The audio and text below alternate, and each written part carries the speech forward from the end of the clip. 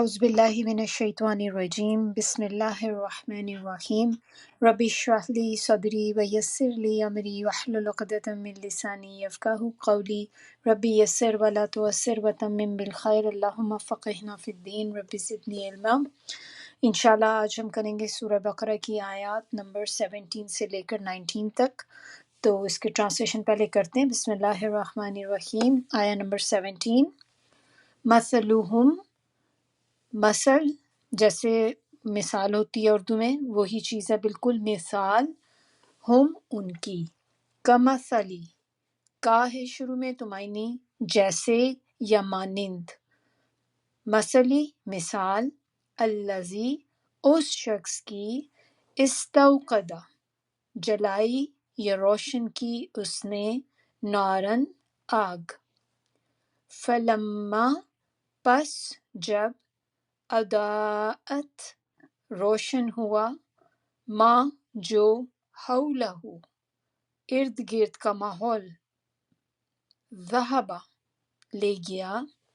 اچھا یہ میں نے یہ چھوڑ دیا ہے، حولہ ارد گرد کا ماحول، اس کے آگے ہو بھی ہے، ضمیر ہے، اس کا بھی ہم نے ٹرانسلیشن کرنا ہوتا ہے، تو اس کا معنی ہوگا اس کا، ما جو، حولہ ارد گرد کا ماحول اس کا، ذہبا لے گیا، اللہ اللہ، بنورہم نور یا روشنی، ہم ان کی، و اور، ترکہم ترکہ جیسے ترک کر دینا ہم اردو میں کہتے ہیں، کسی چیز کو ترک کر دینا، چھوڑ دینا۔ اسی طرح آپ دیکھیں ترکہ کیا ہوتا ہے، جو کوئی مرنے والا پیچھے چھوڑ کر جاتا ہے، اپنی جو وراثت اس کی جو ہوتی ہے۔ تو ترکہم چھوڑ دیا، ہم ان کو، فی میں، ظلماتن ظلماتن کے معنی تاریکیاں یا اندھیرے، لا نہیں، یبصرون وہ دیکھ سکتے۔ آیا نمبر 18۔ سمن بہرے ہیں، بکمن گونگے ہیں، امیون اندھے ہیں، فا پس ہم وہ، لا نہیں، یرجعون لوٹیں گے۔ آیا نمبر 19۔ او یا، کصیبن کا ہے شروع میں تو اس کے معنی جیسے یا مانند، دونوں آپ کر سکتے ہیں کہ مانند، سیب کہتے ہیں زوردار بارش کو، مسلطہر بارش بہت زور سے جو آتی ہے، من سے، السمائی آسمان، فی میں ہی اس، ظلماتن تاریکیاں یا اندھیرے ہیں، و اور، رعدن رعد کہتے ہیں کڑک کو، آواز جو ہوتی ہے بہت زوردار آواز، و برقن اور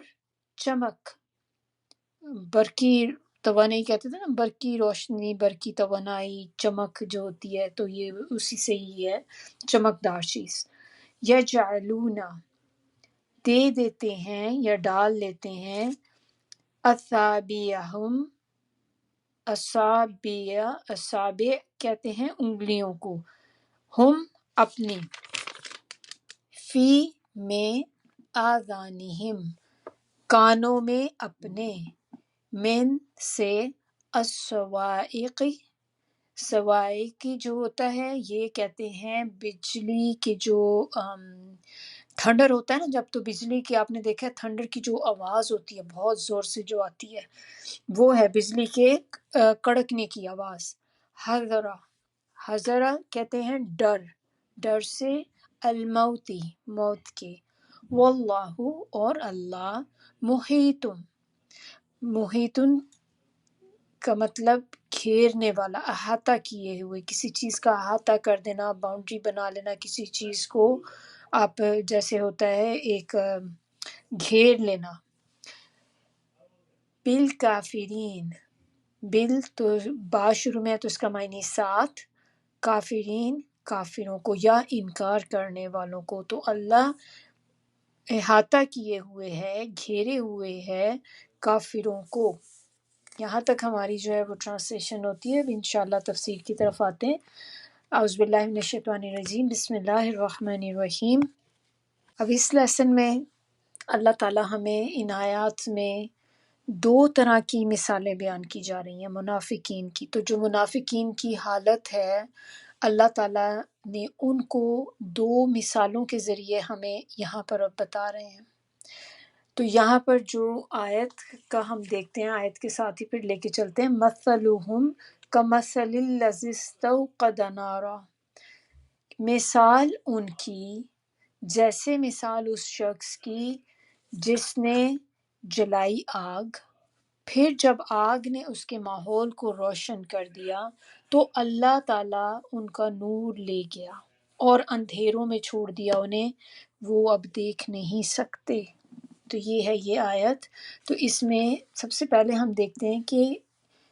اللہ تعالیٰ نے یہاں کہا ہے کہ مثال بیان کی جاتی ہے۔ تو مثال کیوں بتائی جاتی ہے، کیا اس کا پرپز کیا ہوتا ہے نا؟ جب بھی کہا جاتا ہے کہ اس کی اس کی مثال ایسے ہے کہ جیسے یہ اس طرح ہم عام زندگی میں بھی اس چیز کو یوز کرتے ہیں، ہم مثالیں دیتے ہیں چیزوں کی۔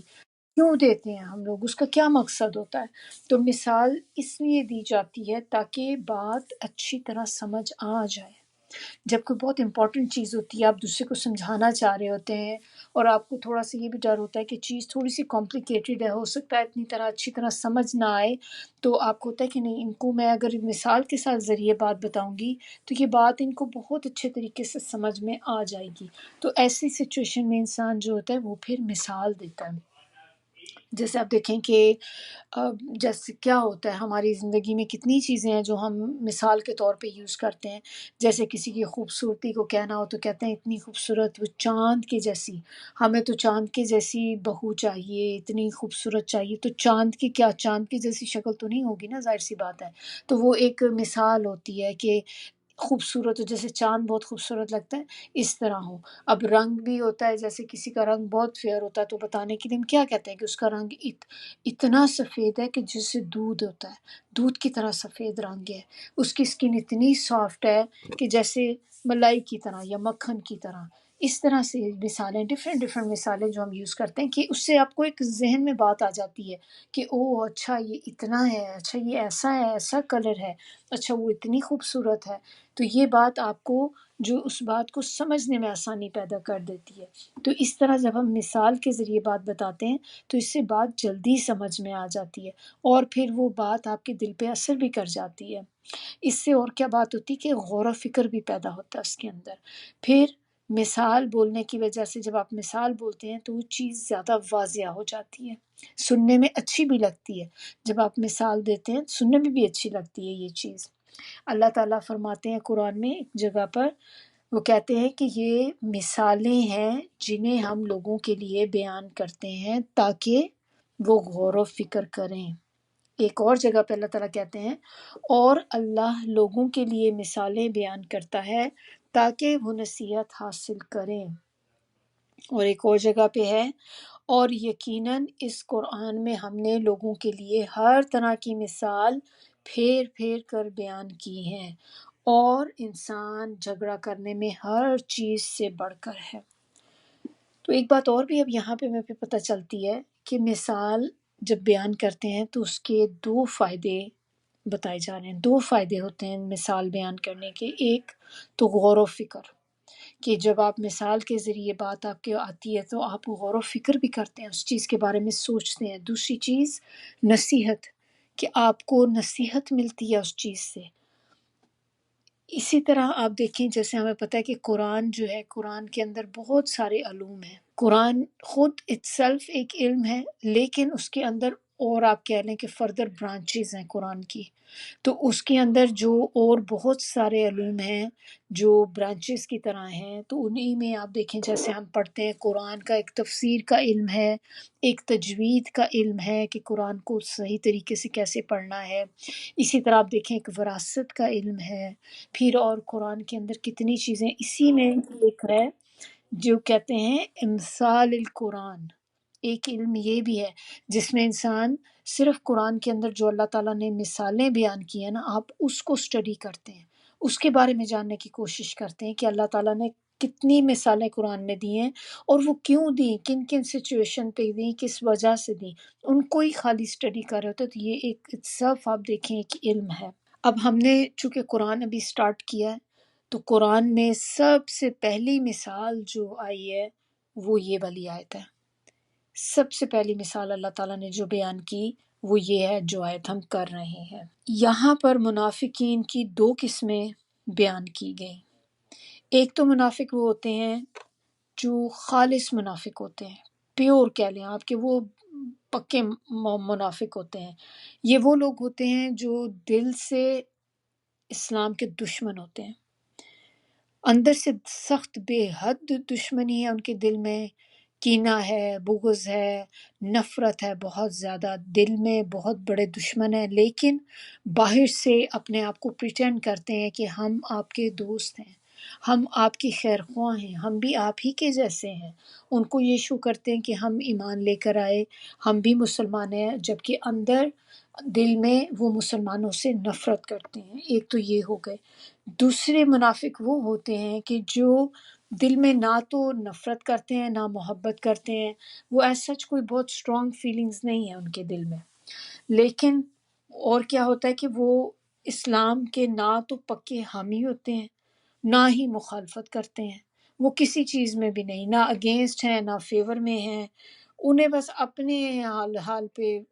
پہ ہی بس ہے، ان کو مگن ہے اپنے حال میں، نا جو کر رہے ہیں بس وہ اسی میں بیزی ہیں، دے ڈونٹ کیئر کہ کوئی کیا کر رہا ہے۔ اور ان کا یہ بس ہوتا ہے کہ اس طرح کے لوگوں کا جہاں پہ ان کو اپنا فائدہ نظر آتا ہے یہ وہاں پہ ہو جاتے ہیں، مسلمانوں کے ساتھ فائدہ نظر آئے گا ان کے ساتھ اٹیچ ہو جائیں گے، اگر ان کو مشرکین کے ساتھ فائدہ نظر آئے گا تو ان کی طرف ہو جائیں گے۔ تو بس آپ کہہ لیں کہ وہ تھالی کے بینگن کی طرح جیسے ایک ہوتا ہے نا، مثال دی جاتی ہے، لیکن بس جہاں پہ فائدہ دیکھیں گے وہیں پر ہو جائیں گے۔ یہاں پر اللہ تعالیٰ نے جو اب مثال بتائی آگ کی،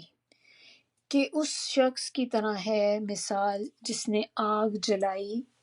پھر جب اس آگ نے ماحول کو روشن کر دیا۔ تو بیسیکلی منافقین جو تھے پہلے انہوں نے جب مسلمان آئے، مسلمانوں نے دین کی دعوت دینی شروع کی، تو اس وقت انہوں نے ایمان کی روشنی لی ان سے، کیونکہ تبھی تو وہ ایکسیپٹ کیا نا اسلام انہوں نے،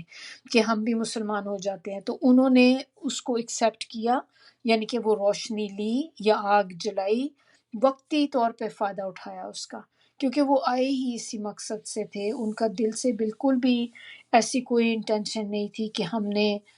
اسلام کو ایکسیپٹ کرنا ہے، وہ صرف اپنے فائدے کے لیے اندر آئے تھے، کیونکہ انہوں نے جب دیکھا کہ مسلمانوں کو فائدے ہو رہے ہیں بہت زیادہ، خاص طور پر جنگ بدر جو تھی اس کے واقعے کے بعد تو بہت زیادہ مسلمانوں کی ڈھاک بیٹھ گئی تھی ہر ایک پہ، تو تب ان کو ہوا کہ یہ تو بہت آگے بڑھ رہے ہیں، ان کے ساتھ ہونے میں فائدہ ہے، تو انہوں نے جب یہ دیکھا کہ ان کے ساتھ ہونے میں ہمیں فائدہ ہوگا تو وہ ان کے ساتھ انہوں نے آ کر مسلمان ہونے کا ڈھونگ رچانا شروع کر دیا۔ پھر انہوں نے اس فائدے کے ساتھ جو فائدہ انہوں نے حاصل کیا اس سے انہوں نے اپنی جان اور مال کو محفوظ کر لیا، امن حاصل ہو گیا ان کو۔ اور کیونکہ کیسے ان کو محفوظ کیا، کیونکہ جب آپ دیکھیں آپ خود مسلمان ہو جاتے ہیں تو پھر آپ کی جو جان مال جو ہوتے ہیں وہ محفوظ ہو جاتے ہیں۔ تو مسلمان جو تھے ان دنوں میں جیسے ہوتا تھا کہ جب اگر جو جنگیں وغیرہ ہوتی تھی، غزوات ہوتے تھے، تو اس میں یہ کہ آپ ان کے ہی مسلمانوں کے ساتھ تو آپ جنگ نہیں کر رہے ہوتے تھے نا، آپ جنگ ہوتی تھی ان لوگوں کے ساتھ جو نان مسلمس ہوتے تھے۔ تو اس طرح سے انہوں نے جب یہ اپنے آپ کو پریٹینڈ کیا کہ ہم بھی مسلمان ہو گئے، تو ان کو اب یہ تھا کہ اب ہمارے پہ کوئی اٹیک نہیں کر سکتا، ہم اب جو مرضی کریں اندر رہ کے، امن بھی حاصل ہو گیا انہیں۔ اسی حالت میں ہی تھے کہ موت آ گئی ان کو، جب موت آئی تو کیا ہوا کہ سارے کے سارے فائدے چھن گئے، اور پھر ان پر عذاب اور غم نازل ہو گیا۔ دنیا میں کیا ہوا کہ دنیا میں تو یہ نفاق کے اندھیروں میں تھے، یعنی کہ منافقت کے اندھیرے دل میں یہ بھرے ہوئے تھے، اور جب مرے تو مرنے کے بعد ان کی قبر میں اندھیرے، جہنم کے اندھیرے۔ تو ان کے لیے اگر دیکھا جائے تو ہر طرف ان کے لیے دنیا میں بھی اندھیرا ہے، آخرت میں بھی اندھیرا ہے۔ تو منافق کی مثال اس شخص کے جیسی جس نے آگ جلائی، اس سے روشنی بھی ہوئی، کیونکہ آگ جب جلتی تو کیا ہوتا ہے، آگ کے فائدے، آگ سے آپ کو دو چیزیں ملتی ہیں، ایک تو آپ کو روشنی ملتی ہے اور دوسرا ہیٹ بھی ملتی ہے۔ تو جب ان کو یہ چیزیں ملی تو منافقین جو تھے وہ اس سے پہلے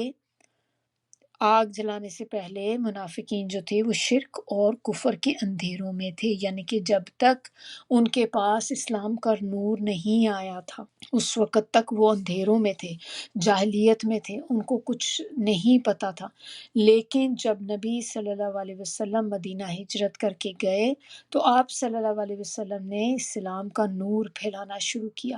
تو جیسے جیسے یہ نور پھیلتا گیا تو ویسے ویسے یہ کہ اسلام بڑھتا چلا گیا۔ تو جو نور آپ صلی اللہ علیہ وسلم نے پھیلایا تو اس سے یہ منافق لوگ بھی جو تھے ان کو بھی اس کے فائدے ہوئے، روشنی بھی ملی، ہیٹ بھی ملی، جس کی وجہ سے انہوں نے پھر دیکھ کر تو انہیں ہوا کہ ہم بھی اس کو ایکسیپٹ کر لیتے ہیں۔ تو استوقدہ کا ورڈ جہاں پر جو آیا اس سے یہاں پہ کہتے ہیں کہ مراد آپ صلی اللہ علیہ وسلم ہیں جنہوں نے آگ جلائی یعنی کہ اسلام کو پھیلایا۔ تو وہ جو پھیلایا اسلام کا نور اس کو اس مثال سے کیا گیا ہے کہ آگ جلانا، کیونکہ نور پھیلانا بھی تو ایسے ہی نا، لائٹ کر دیا آپ نے تو آگ جلانے سے بھی لائٹ ہوتی ہے، تو اسی طرح اسلام کا نور پھیلایا اور یہ نبی صلی اللہ علیہ وسلم تھے جنہوں نے وہ آگ جلائی۔ پھر آسمان سے دیکھیں آنے والا اللہ کا جو کلام ہے یہ ایک روشنی ہے، یہ ایسی روشنی ہے جو دلوں کو روشن کر دیتی ہے۔ تو اسی کی وجہ سے اللہ تعالیٰ نے جو اپنا کلام زمین پہ بھیجا لوگوں کی زندگیوں میں روشنیاں ہو گئیں۔ نور ہے جو اس میں آگے کہ ذہب اللہ بنورہم، تو نور کیا ہوتا ہے؟ نور روشنی کو کہتے ہیں، لیکن یہاں پر نور جو ہے نور کی روشنی کے علاوہ اور نور جو ہوتا ہے وحی کو بھی نور کہتے ہیں، قرآن کا نام بھی نور ہے، اسی طرح اسلام بھی نور ہے، اللہ کی شریعت بھی نور ہے، تو یہ ساری چیزیں جو ہیں نور کے اندر آ جاتی ہیں۔ تو جب آگ روشن ہوئی یعنی کہ نور اسلام پھیل گیا، جب نبی صلی اللہ علیہ وسلم نے آگ کو روشن کیا اور وہ اسلام پھیل گیا تو اس کی وجہ سے جو ان کے ارد گرد کا ماحول تھا وہ روشن ہو گیا۔ تو اللہ تعالیٰ نے جب یہ ہو گیا سارا لائٹ ہو گئی ہر طرف، تو اللہ تعالیٰ نے جو منافق تھے ان کا نور لے لیا، فائدے کی چیز ان سے یعنی کہ چھین لی گئی، اور جو فائدہ جو وہ حاصل کرنا چاہتے تھے جس دنیاوی فائدہ، اللہ تعالیٰ نے وہ ان کا نور ہی لے لیا تاکہ اب وہ کوئی فائدے کی چیز نہ حاصل کر سکیں، اور وہ مصیبت میں گرفتار ہو گئے اپنے دنیاوی فائدوں کے لیے۔ تو اب دیکھیں کہ مسلمانوں کے ساتھ ہو لیے تھے، لیکن جب انہوں نے اسلام کے ساتھ مذاق کیا، یعنی کہ اسلام کے ساتھ یہ مذاق ہی ہوتا ہے نا کہ آپ نے اس کو سیریسلی نہیں لے رہے ہوتے، اللہ کے حکموں کو سیریسلی نہیں لے رہے ہوتے، آپ اس کتاب کو سیریسلی نہیں لیتے، تبھی ہم میں بھی سے دیکھیں، ہم لوگ بھی ہیں نا، ہم اس کی کتاب کو، اللہ کی کتاب کو اس طرح امپورٹنس نہیں دیتے جیسے ہمیں دینی چاہیے، کہ یہ کتنی امپورٹنٹ کتاب ہے، کتنی اہم کتاب ہے، ہم بھی تو اس کو اتنا سیریسلی نہیں لیتے جتنا ہمیں اس کو لینا چاہیے۔ تو جب انہوں نے اللہ کی کتاب کے ساتھ، اسلام کے ساتھ مذاق کیا، اس کو سیریسلی نہیں لیا، پھر اس پر عمل نہیں کیا، کیونکہ وہ سنتے تو تھے، آ کے سن لیتے تھے بات بیٹھ کے، کیونکہ اب مجبوری تھی ان کی سننا، دل سے سننا تو نہیں چاہتے تھے، لیکن ان کی ایک مجبوری بنی ہوئی تھی کہ انہوں نے اپنے آپ کو یہ بھی تو شو کرنا تھا کہ ہم مسلمان ہیں، تو اس چیز کے لیے یہ ان کی مجبوری تھی کہ وہ اس کو بیٹھ کے سنیں، لیکن پھر وہ عمل نہیں کرتے تھے۔ تو جب ان کی اس طرح کی ایٹیٹیوڈ ہوا کہ انہوں نے مذاق کیا، قرآن کو سیریسلی نہیں لیا، اپنے اس کے عمل پہ جو احکامات تھے ان پر عمل نہیں کیا اور اپنے طور طریقے نہیں بدلے، تو اللہ تعالیٰ نے ان کی جو روشنی تھی اس کو ختم کر دیا۔ تو اسلام لا کر جو نور ان کے دل میں آیا تھا، انہوں نے اپنی ناشکری کی وجہ سے وہ نور جو تھا وہ چھن گیا ان کے دل سے، تو اسلام کی روشنی جو تھی وہ ان سے واپس لے لی گئی، اور جب روشنی واپس لے لی گئی تو کیا ہوا کہ وہ پھر دور جاہلیت میں واپس پلٹ گئے، پھر ان کے اندر سے ایمان کی لذت اور ایمان کی جو سویٹنس آف ایمان ہوتا ہے وہ بھی ختم ہوتا گیا سارا۔ قتادہ کہتے ہیں کہ منافق جو ہوتا ہے زبان سے کلمہ ادا کرتا ہے، منافق جب زبان سے کلمہ جو ہوتا ہے نا لا الہ الا اللہ جب کلمہ ادا کرتا ہے تو اس کے لیے دنیا روشن ہو جاتی ہے، وہ مسلمانوں سے باہمی نکاح کرتا ہے، ان کے ساتھ جہاد میں شریک ہوتا ہے، ایمان کی وجہ سے اپنے خون اور مال کو محفوظ کر لیتا ہے، اور موت کے وقت یہ نور منافق سے چھین لیا جاتا ہے۔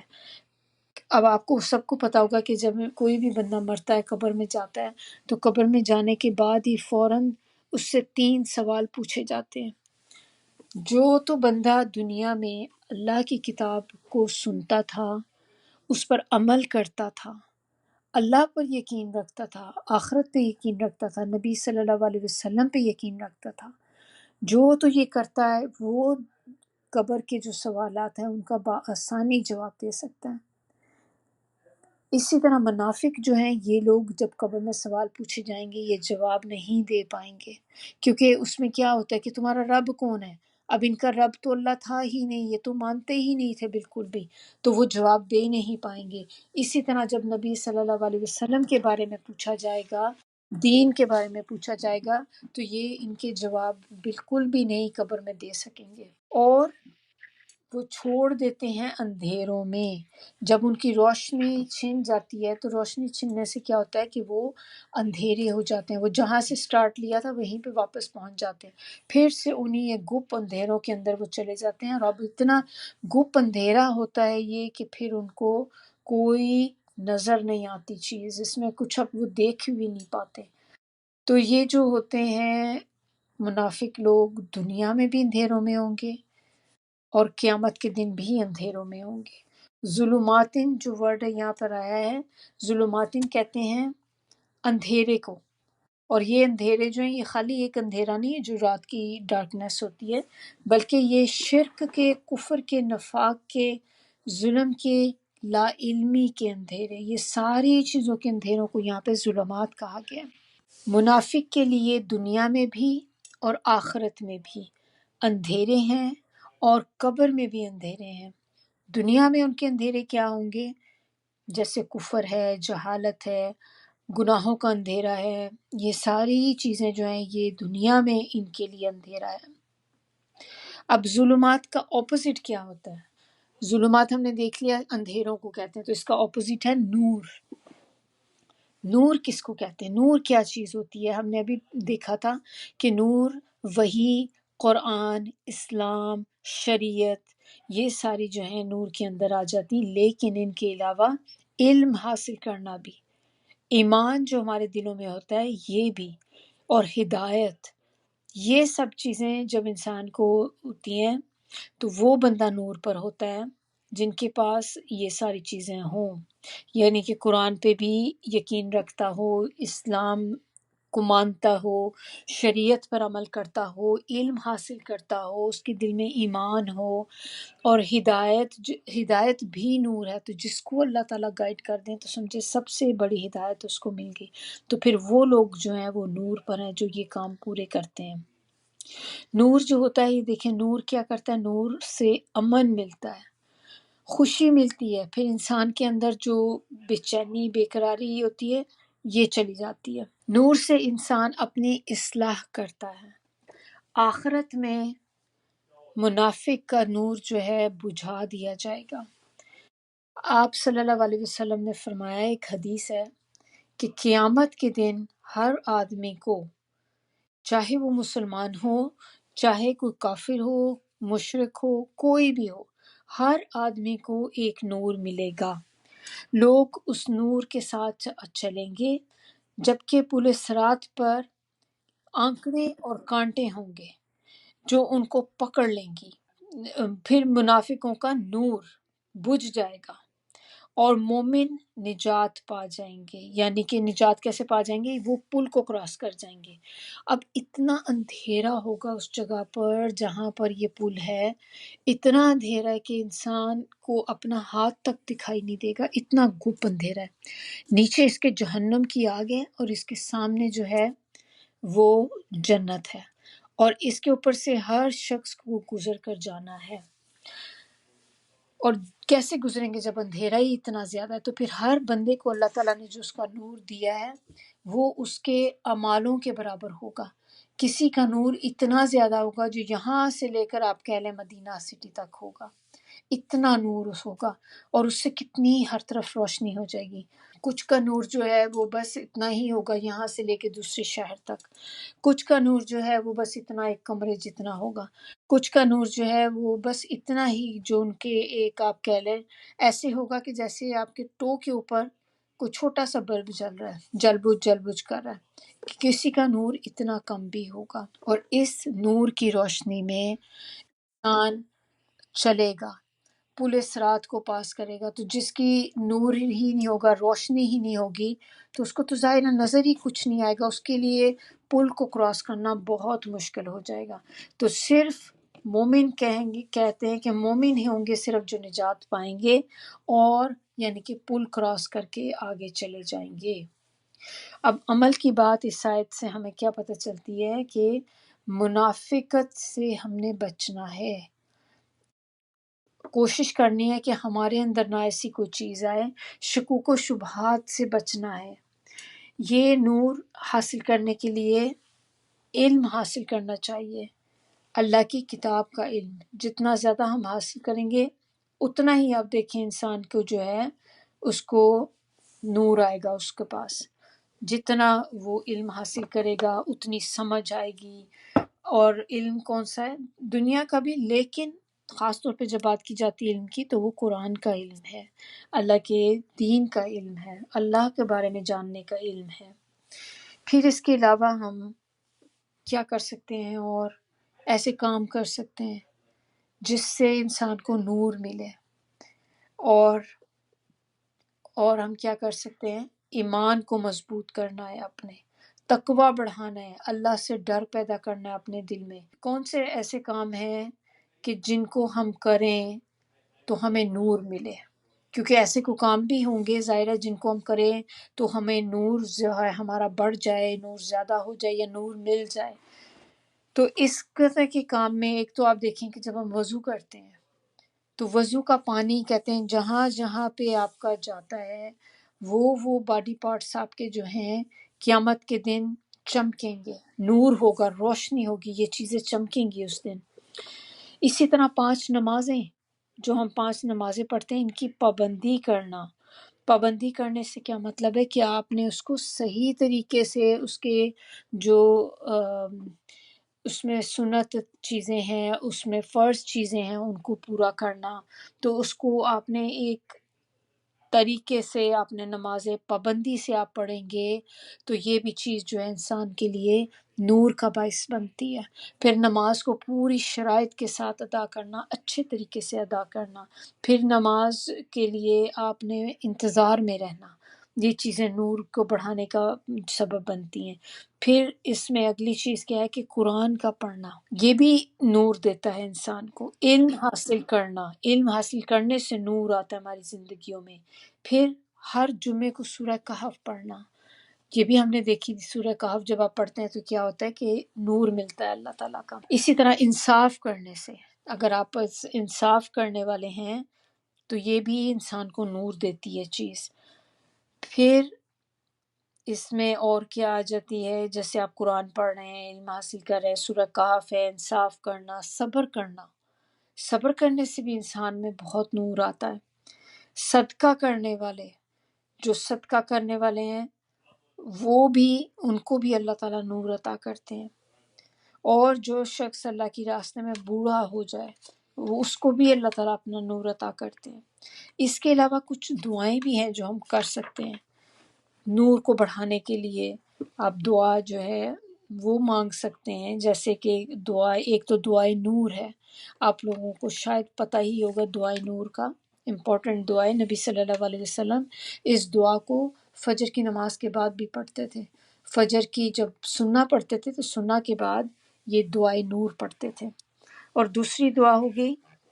سورہ تحریم کی آیہ نمبر 8، ربنا اتمم لنا نورنا وغفر لنا انک علی کل شیء قدیر۔ یہ بھی بڑی خوبصورت دعا ہے۔ تو یہ والی دعائیں جو تھیں یہ ہم مانگ سکتے ہیں تاکہ اللہ تعالیٰ ہمارے دل میں بھی جو ہے نور کو بڑھا دے۔ اب آیہ نمبر 18 میں بتایا جا رہا ہے ثم بکم عمیٌ فہم لا یرجعون، بہرے ہیں، گونگے ہیں، اندھے ہیں، یہ واپس نہیں لوٹیں گے۔ اب منافقین کی مزید 3 صفات یہاں پہ بتائی جا رہی ہیں کہ یہ نہ تو یہ ایک تو یہ کہ بہرے ہیں، سن نہیں سکتے، دوسرے گونگے ہیں یعنی کہ بول نہیں سکتے، اور تیسری چیز اندھے ہیں۔ تو بہرے کیسے ہو گئے؟ سمن، بہرے اس سینس میں کہ یہ نہیں ہے کہ ان کو کانوں سے نہیں سنتا، کانوں سے تو سنتا ہے، لیکن جو سننا چاہتے ہیں نا جیسے وہ نہیں سنتے۔ آپ ویسے تو آپ سنیں گے، لیکن آپ سننا نہ چاہیں تو پھر یہ وہ والا سننا ہے، سمن والا، کہ وہ بہرے ہیں، آپ ان کے سامنے جو بھی بات بولیں they are not listening, they are not paying attention۔ تو اگر ان کے سامنے حق اور خیر کی بات بولی جائے تو اس کو نہیں سنتے۔ قرآن تو یہ بھی سنتے تھے، بیٹھتے تھے جب ساتھ تو قرآن سنتے تھے، لیکن فائدہ نہیں اٹھاتے تھے، سنی انسنی کر دیتے تھے۔ صدقے کی جیسے آیات آتی ہیں تو ایسے بن جاتے ہیں کہ جیسے کچھ سنا ہی نہیں، کہ اب تو ہمیں مال خرچ کرنا پڑے گا، اور مال سے محبت تو بہت تھی ان کو۔ بکمن، بکمن ہو گئے گونگے، ایسا شخص جو بول نہیں سکتا، ایسا شخص جو بول نہیں سکتا یعنی کہ زبان پر ایسی آفت کا آ جانا کہ وہ بول نہ پائے۔ ایسا نہیں ہے کہ وہ پیدائشی گونگا ہے، کہ وہ بول ہی نہیں پا رہا بالکل بھی، اس کو بولنا آتا ہی نہیں۔ یہ وہ لوگ ہیں جو بول سکتے ہیں، لیکن ایسا ہوتا ہے کہ کبھی کبھی جیسے انسان پیرالسس ہو جاتا ہے، فالج ہو جاتا ہے انسان پہ، کہ اب وہ بولنے کے باوجود وہ بولنے کی صلاحیت رکھتا ہے، لیکن بیماری کی وجہ سے بول نہیں پاتا۔ تو اس طرح کی چیز کو کہتے ہیں یہ،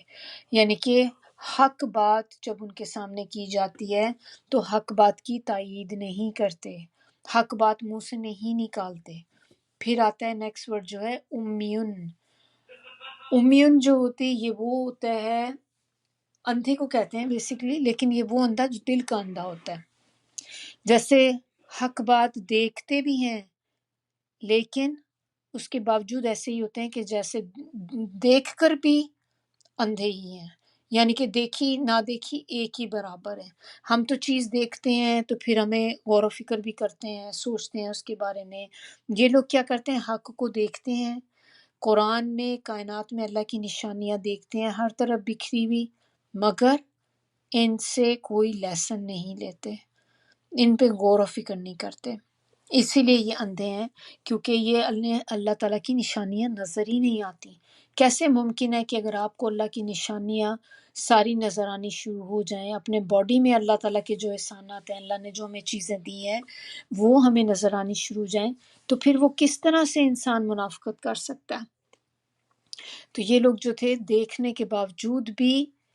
اس طرح کے کام کرتے تھے، حق کو مانتے ہی نہیں تھے۔ آگے اللہ تعالیٰ کیا کہہ رہے ہیں کہ وہ نہیں لوٹیں گے۔ کیوں؟ کیونکہ واپس دین کی طرف آئیں گے نہیں، کیونکہ ان میں یہ پرابلم ہے، یہ 3 چیزیں، کہ ایک تو بہرے ہیں، گونگے ہیں اور اندھے ہیں، اس وجہ سے یہ نہیں لوٹیں گے۔ تو اب ہمیں یہ بات اس سے پتہ چلتی ہے کہ اگر ہم چاہتے ہیں کہ ہم لوٹیں، یعنی کہ دین کی طرف، اللہ کی طرف ہوں اپنے،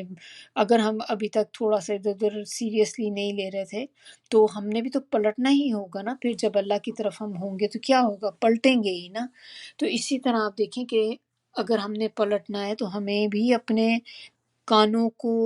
اپنے زبان کو اور آنکھوں کو ہمیں بھی اپنے تیز کرنا ہوگا، ان کو استعمال میں لے کر آنا ہوگا۔ اور اگر ہم یہ چاہتے ہیں کہ ہمارے بچے جو ہیں، آنے والی نسلیں، ہمارے بچے وہ دین میں آئیں، اللہ کے دین کی طرف آئیں، تو پھر ہمیں ان سے بھی یہ 3 کام کرانے ہوں گے۔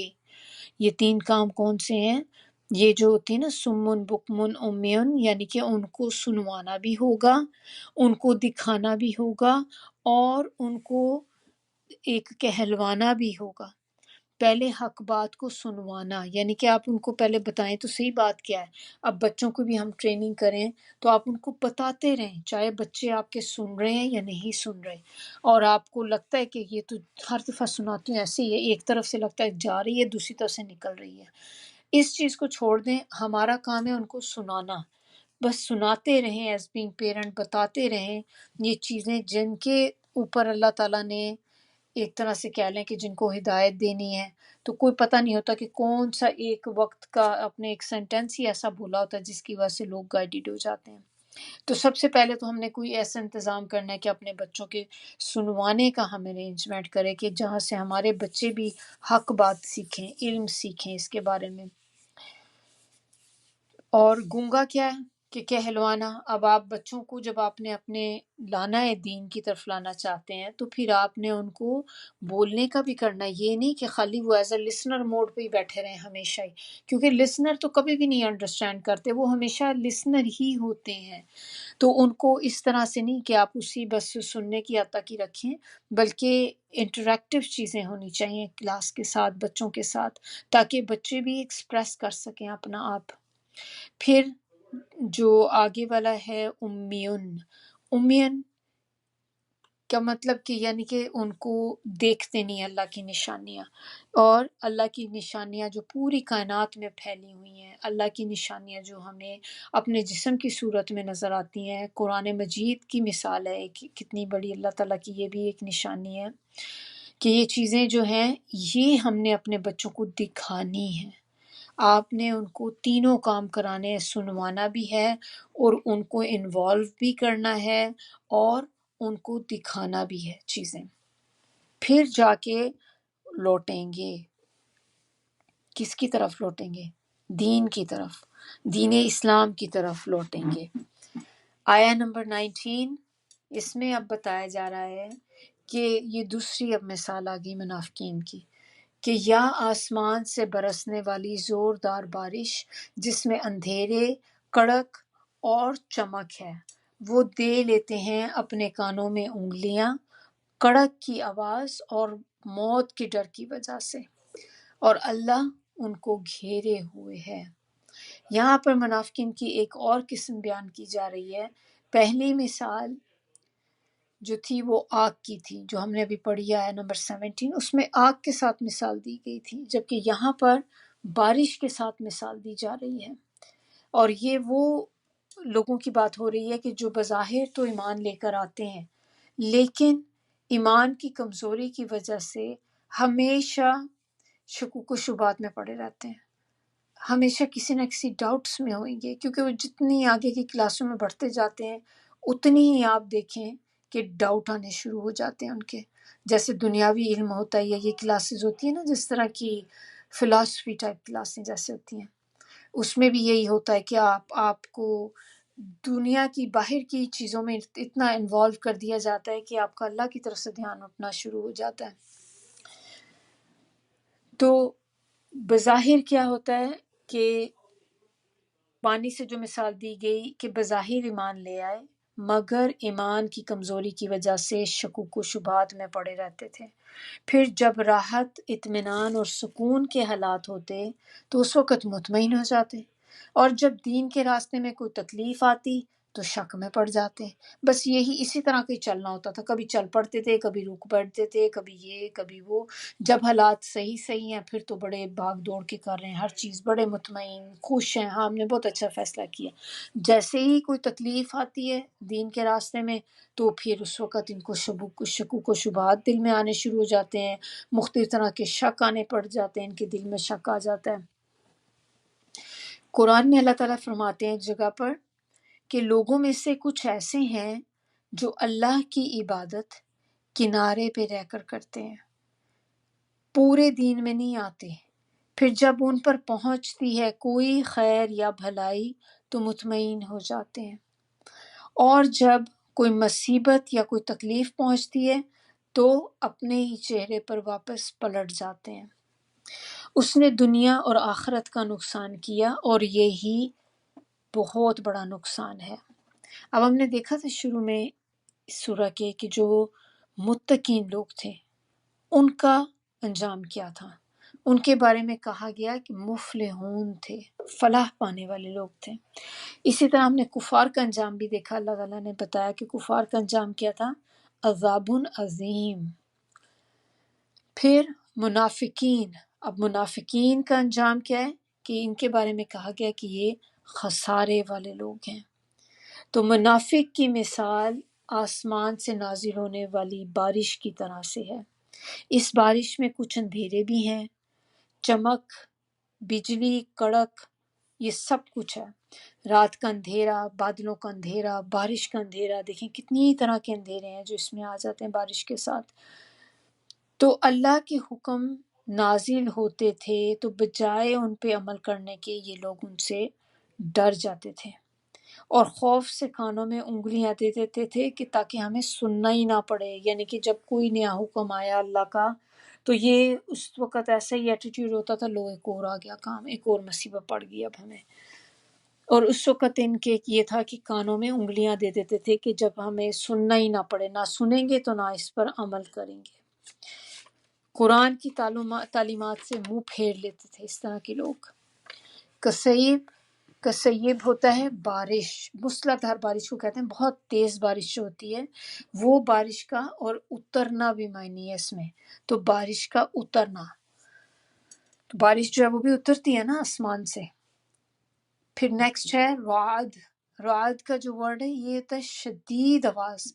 بہت تیز آواز، تو شدید آواز کڑک جیسے ہوتی ہے۔ اور برق، برق ہمیں اردو سے ویسے بھی پتہ ہے، برق جو ہوتا ہے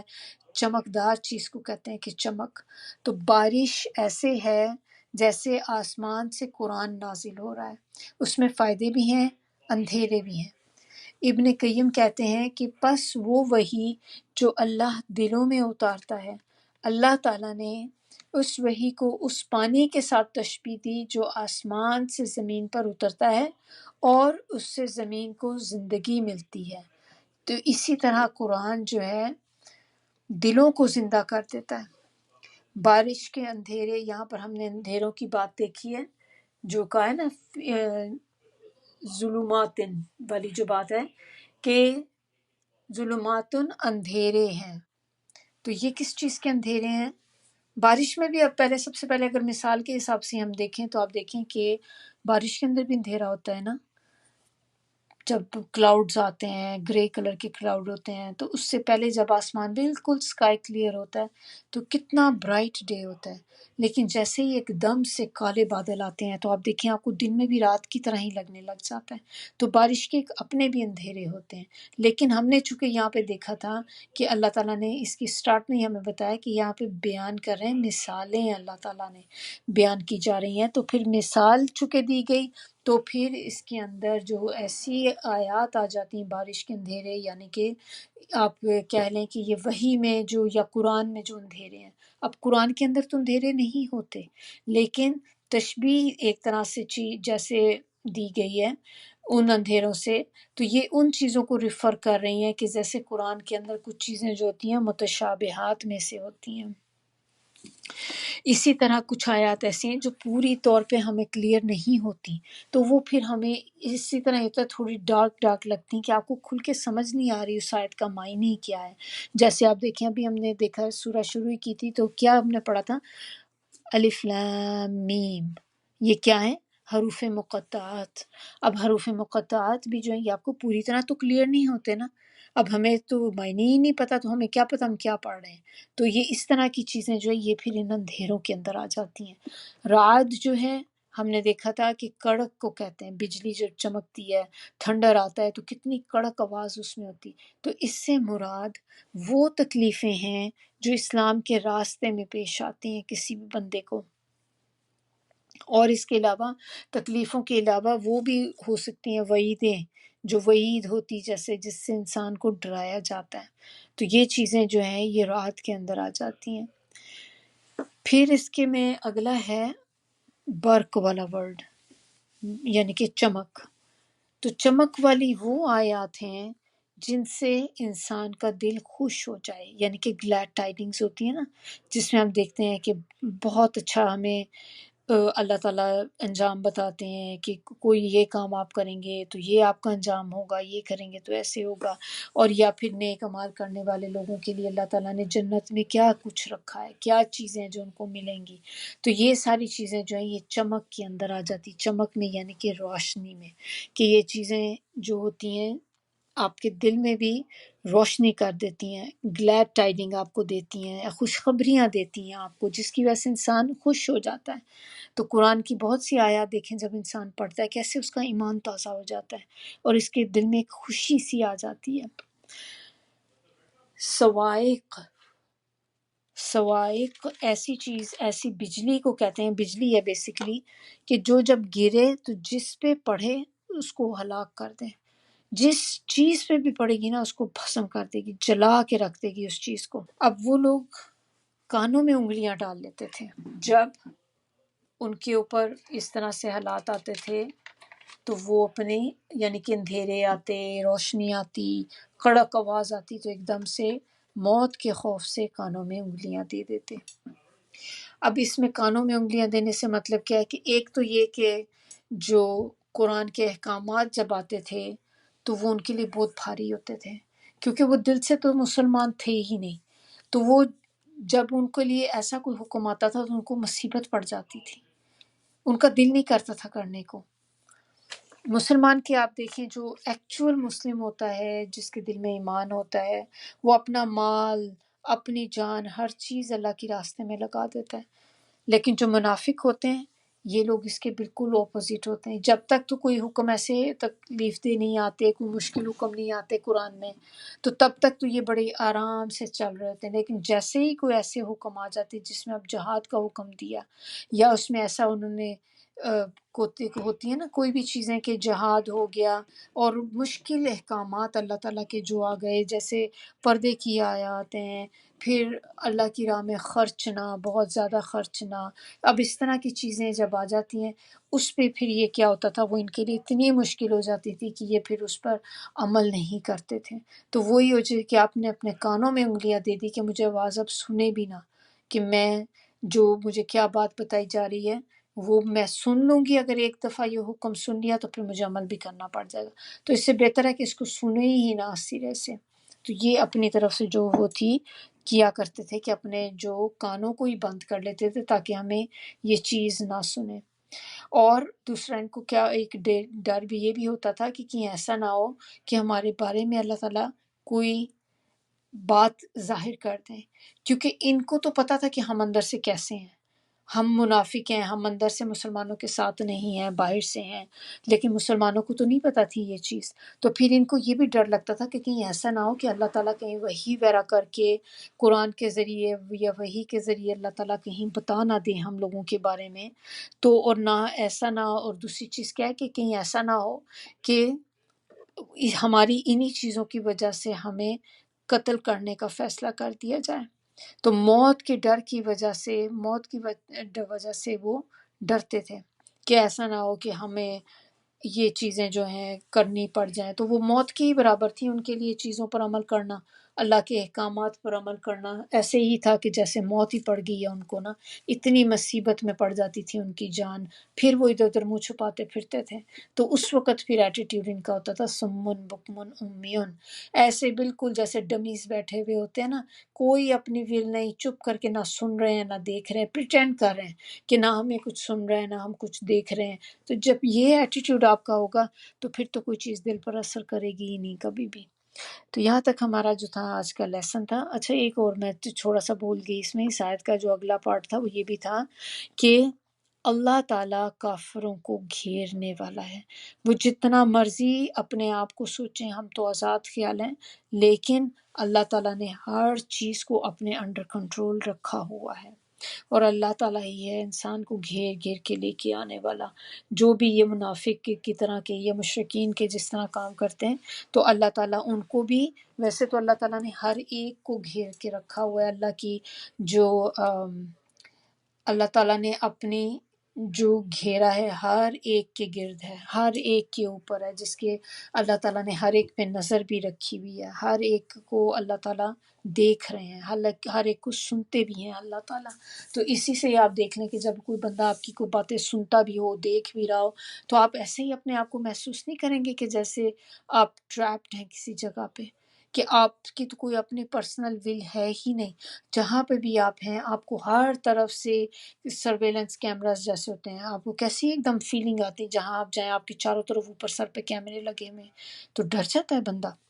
تو اللہ تعالیٰ نے اسی طرح لوگوں کو گھیرا ہوا ہے، اور ہم سب کو اللہ تعالیٰ نے گھیر کے رکھا ہوا ہے۔ ہمیں اس چیز کا احساس ہونا چاہیے کہ اللہ تعالیٰ ہر وقت ہمیں دیکھ رہے ہیں۔ اس سے ہمیں اپنی اصلاح کرنی چاہیے، اپنی زندگی میں اصلاح کر لیں اس سے پہلے کہ وہ وقت آ جائے کہ جب انسان کے پاس چینج کرنے کا موقع بھی نہیں بچتا۔ تو اللہ تعالیٰ ہم سب کو توفیق دے کہ ہم بھی اپنی اپنی زندگیوں کو بدل سکیں۔ اگر ہماری لائف میں کوئی منافقت کہیں پہ بھی ہے تو اللہ تعالیٰ ہماری مدد کرے، اللہ ہمیں توفیق دے کہ ہم اپنے آپ کو ان چیزوں سے دور کر سکیں۔ سبحانک اللہم و بحمدک،